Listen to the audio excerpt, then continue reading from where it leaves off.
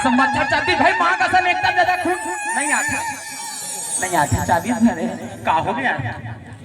ठोकान अंदर में घुसर के रही से कहा वो भी हवन कर रही से ना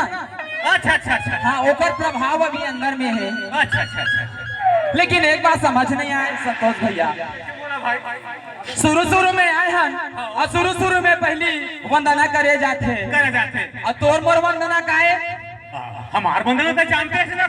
हम उही वाले दिन बंधना करते हैं अपन पौआ अरे उही वाले बंधना है ना अच्छा मतलब ये पक्का पौआ चढ़ा के आ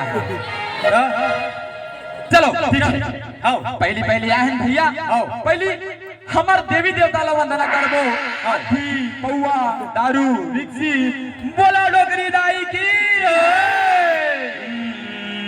अरे जल्दी भैया बना यार कहाँ है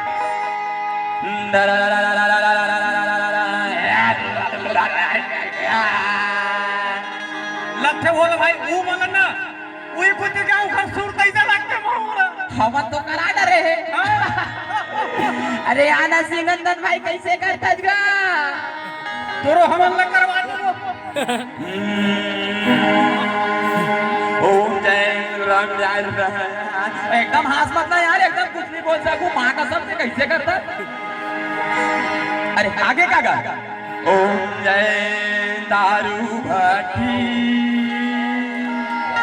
ओम जय दारू भट्टी लड़ा ले भैया लड़ा ले नाने लाली के पौआ और फिर नहीं भगा भला मत पकड़ नाने लाली के पौआ हवे भाई